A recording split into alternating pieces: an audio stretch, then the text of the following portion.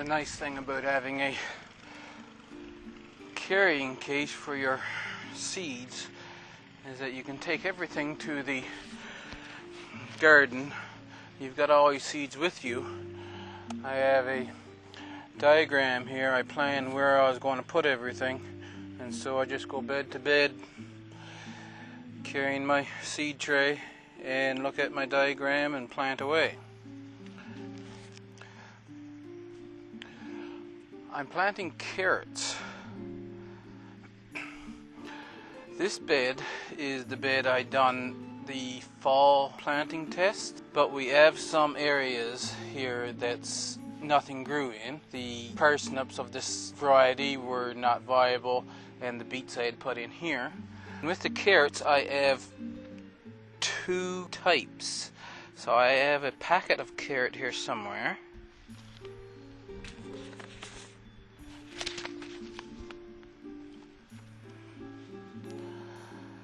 Chantenay red cord I bought from Vessey's just to try it. I've never had a Chantenay carrot before. Carrot seeds are so very small.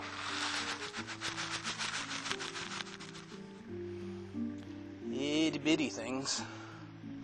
And there are several ways to plant small seeds. The easiest way, and you can only do this if you know what the seed looks like as soon as it comes out of the ground, because otherwise you're going to be pulling up your crop thinking they're weeds. And with carrots, you can just sprinkle them over the ground.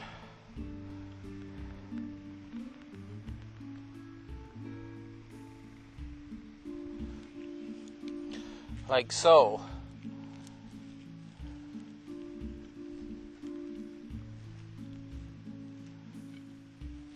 Then do that, and after you're done, just water it. Now they'll come up randomly all over the area, and so you won't have that neat little row where you can definitely say, yeah, that's my seed coming up there.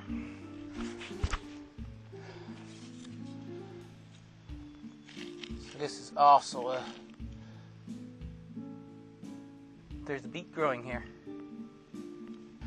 So traditionally, people would put drills across their bed like this, just a very shallow drill, and they would take their packet or put them in one of those hand seeders, and they would shake it to get the seeds to come out.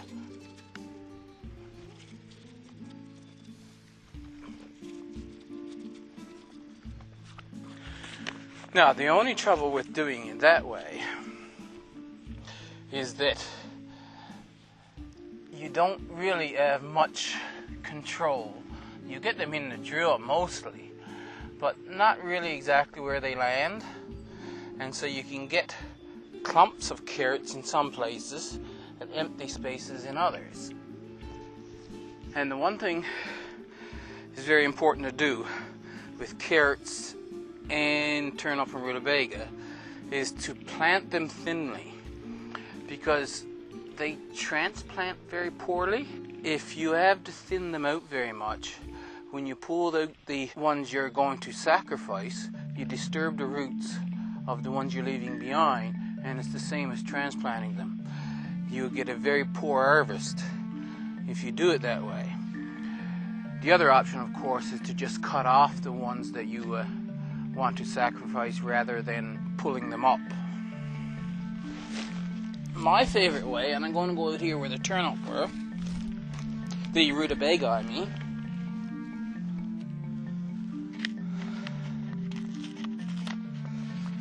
is to put them in my hand.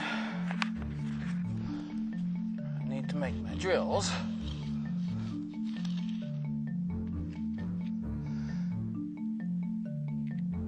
And push them out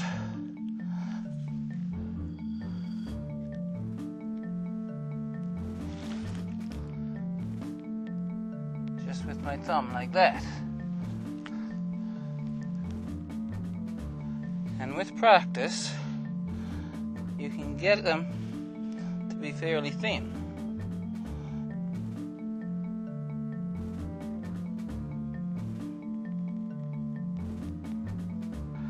And as soon as these plants get up to where you can easily recognize them, you thin them to at least 1 inch apart. And then you just tickle back and forth on the row like that.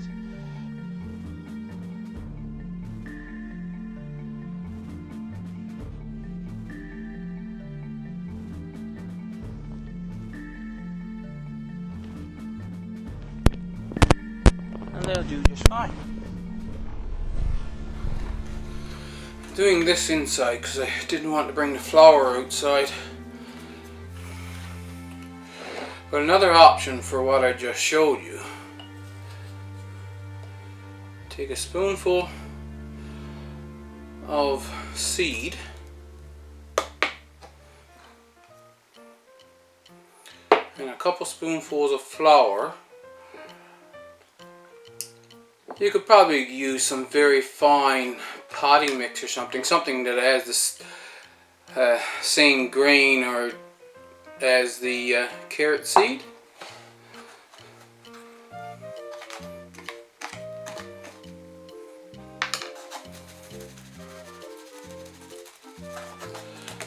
And when you mix that around,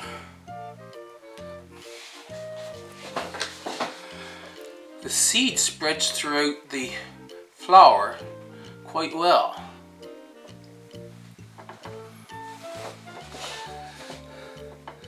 That will make it easier for you to make a line of carrot seed that's not overly thick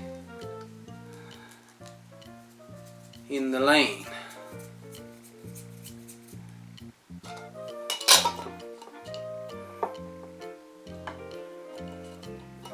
So I'm going to take this out now, and that what I have mixed up.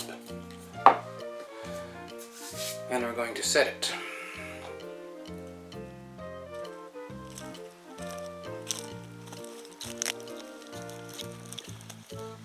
The first thing we do with planting carrots is just make our lines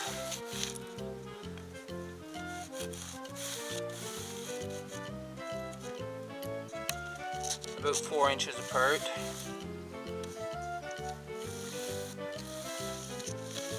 The reason I do 4 inches is because that gives me enough room to get my hand in between the rows. But it being just a regular household garden, a well-amended bed, you don't need to have the 18-inch row spacing that they call for on the packets.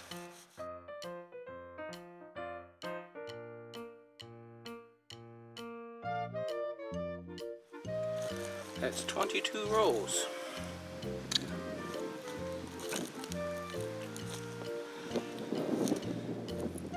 Some people say that potatoes are the easiest crop that they find to grow here in Newfoundland, but I consider it to be carrots, because if you get the spacing right when you plant them, then you pretty much plant them and forget them. They grow that easily. I found out that some places in the world that's not the case, but here in Newfoundland, you just plant and forget. I have to come back to make sure they're not growing too thickly when they do come up. Now this flower idea, what I came up with just now, because I was doing them before the way that I showed you. And so we're going to see how well they come up with respect to how thick they'll be. And we'll compare that with the rest of the bed. So that's the first 6 rows.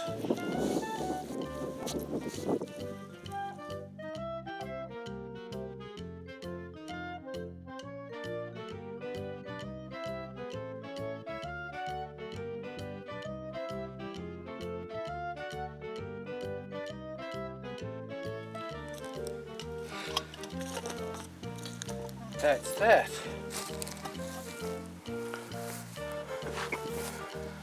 This is the bed I needed the sifted topsoil for. It's the one that I'm building up out of the water table, and because I was building it with potatoes planted in there, I was just using coarse material. And when you're planting small seed, coarse material makes it very difficult to plant it. Let's see what we can plant here. I always overdo it. Take the advice of it's better to be looking at it than looking for it. I bought 4 packs of rutabaga Swede Laurentian. Don't know where I'm going to plant them all. And then I was on the Incredible Seed site, and they had this American purple top rutabaga. I have the purple top white globe turnip, and this is a purple top rutabaga. For rutabaga, they grow bigger. They need to be planted at least 6 inches apart in the rows because they're a fairly large vegetable. 15 rows I got on there. Rutabaga is a relative of cole crops, cabbage, broccoli, cauliflower, etc. And all of the seeds look alike, little round beads. They are actually much easier to plant by just rolling them out with your thumb.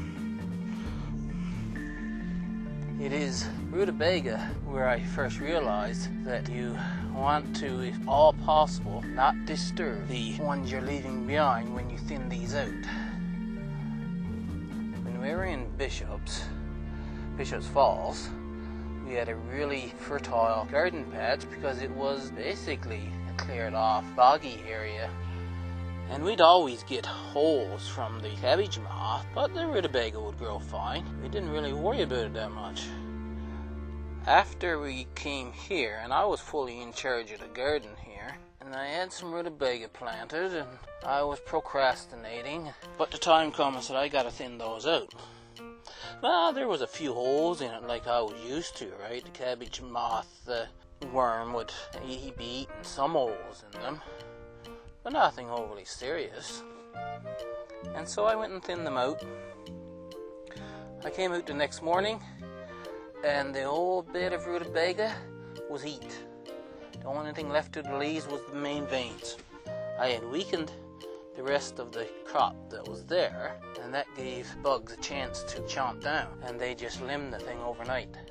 So one of your main fences against pests like that is to keep your plants strong. The minute they get weak, you've got trouble. Here in Newfoundland, of all the crops, I think the cole crops is the worst when it comes to having pests, and it is always the cabbage moth. We have a very big problem with cabbage moth. We have a lot of slugs, but they don't hurt anything much. Strawberries, what slug hurt, they will eat the cabbage too. Because my ground is high in iron, I can use those iron pellets and not have to worry about upsetting the ecosystem. That's how I am keeping slugs at bay currently, but I'm still trying to find a way to keep them at bay without having to resort to any warfare. I've got that whole bed done out with 1 pack of turnip. It's rutabaga. And I have 4 more packs. Gotta find where to put them.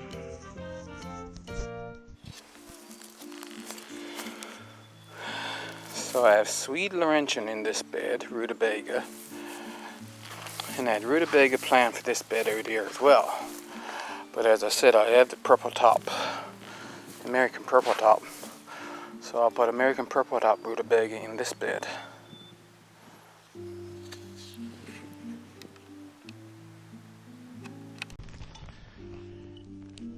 Beets are another plant that grows very well in Newfoundland, but you do have to take care of them.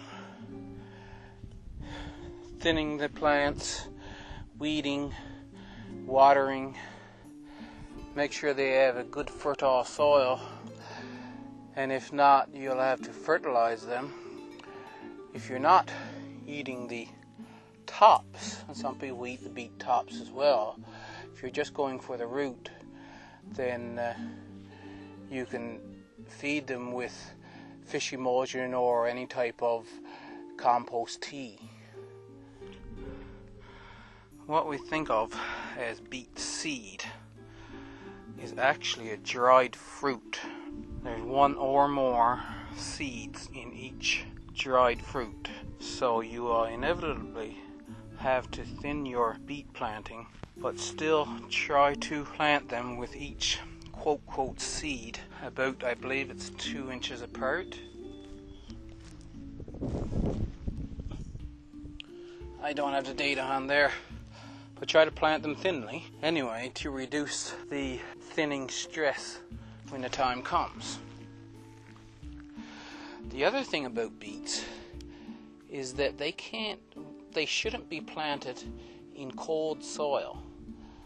My understanding is that if the seed is planted in cold soil, it greatly reduces the chance that the beets will form a bulb. That means that here in Newfoundland, you'll be waiting until early June to plant your beets if you're direct sowing them like this. There are some people that plant out beets in little modules, but if you're going to do 2 beds worth of 3-foot by 10-foot beds, that's a lot of modules, and a person only has so much room to start seed inside. However, if you did it that way, you get yourself 2 or 3 weeks jump on the season. Speaking of that 2 or 3 weeks jump on the season, beets is one of those things, they take 40-50 days to mature, here in Newfoundland that is, and you could succession sow these. Once a week, sow so many beets.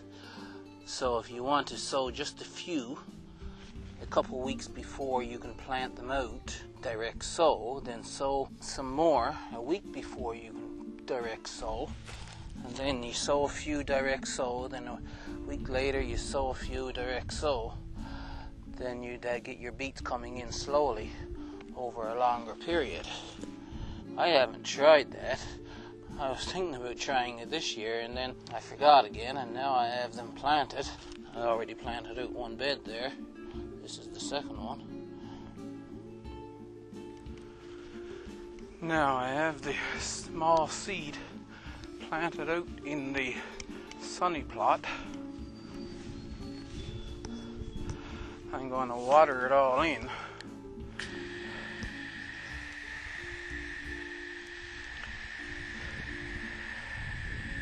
The bed that I have the tree seed in, I think I'm going to not worry about the tree seed this year and plant it out. I'll still keep looking to see if a tree is actually coming up, of course. I'll decide what I'm going to plant in there when I get the other side planted out. It takes about 2 minutes per bed to water it well. This is black turtle beans down the center of the bed with walla wallas in it, and down the center of the other onion bed I'm going to be planting black turtle beans. This is a first for me. I've never grown beans before.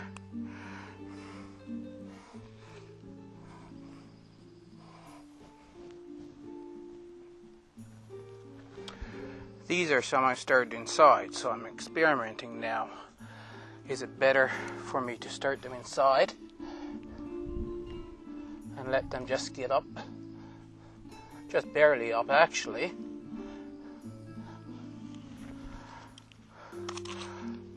Or should I just direct sow them?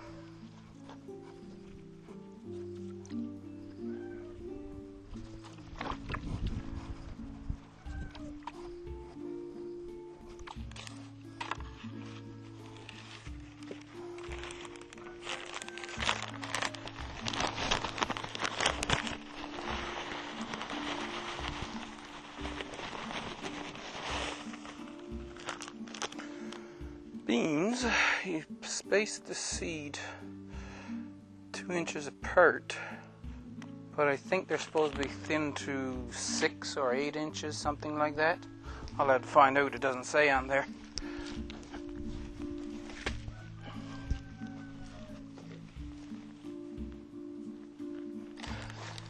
So that's black turtle beans. I have a full bucket full of potato seed here that I sowed from last year. Every one of them are sprouting well. And I'm going to set out until I get 8 beds worth planted. After that, everything devolves to chaos because I have 200 plants or something to put out, and I don't really have a set place to put them. That was deliberate. With respect to potatoes, it was one of those crops that I really didn't like because it was really labor intensive to plant. So I've been trying to figure out the best way of growing potatoes. The traditional way is to dig a trench, lay in a fertilizer, and then lay your potatoes 1 foot apart, leaving space between the trench so that you can hill up your potatoes from each side once they start growing. So your trenches would be at least 18 inches, probably 2 feet apart. Then some people grow them in containers, 5-gallon buckets, fish totes, whatever. That way you can just tip them over when the season's over and spread out the soil to get your potatoes. What I found to be the best is do it similar to the square foot gardening. This is a 3 foot by 10 foot bed. So if I start in 6 inches by 6 inches in the corner here, and I lay them 1 foot apart, that gives me 3 across the bed. And 1 foot down this way will give me 10 down the bed, giving me 30 potatoes in the bed. The soil varies throughout the garden, so some places it's very easy for me to just poke them down about 4 inches and cover them back up. When they get up about this high, I will cut grass and mulch them with grass rather than healing them up. So what I'm going to do is lay out the potatoes and then I'll poke them in the ground afterwards.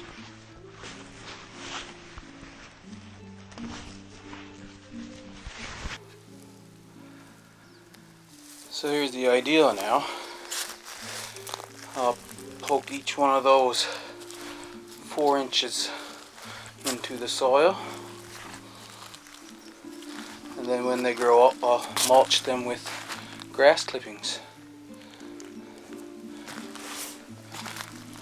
The worms love grass clippings and they keep the soil fairly friable, and they are very easy to dig by hand come fall. A new garden bed, 10 feet by 3 feet. This is where compost bins have been for many years. I'm going to put potatoes in here. Should get a bumper crop of potatoes. Then I'll move this one, and I think I'm going to put pumpkin plants there. Now the chaotic planting begins. I'll plant out those transplants and then I'll give you a garden tour afterwards. Depending on the weather, I have at least one video, it might be 2 before the garden tour. So I hope you enjoyed this one. I'll see you in the next video.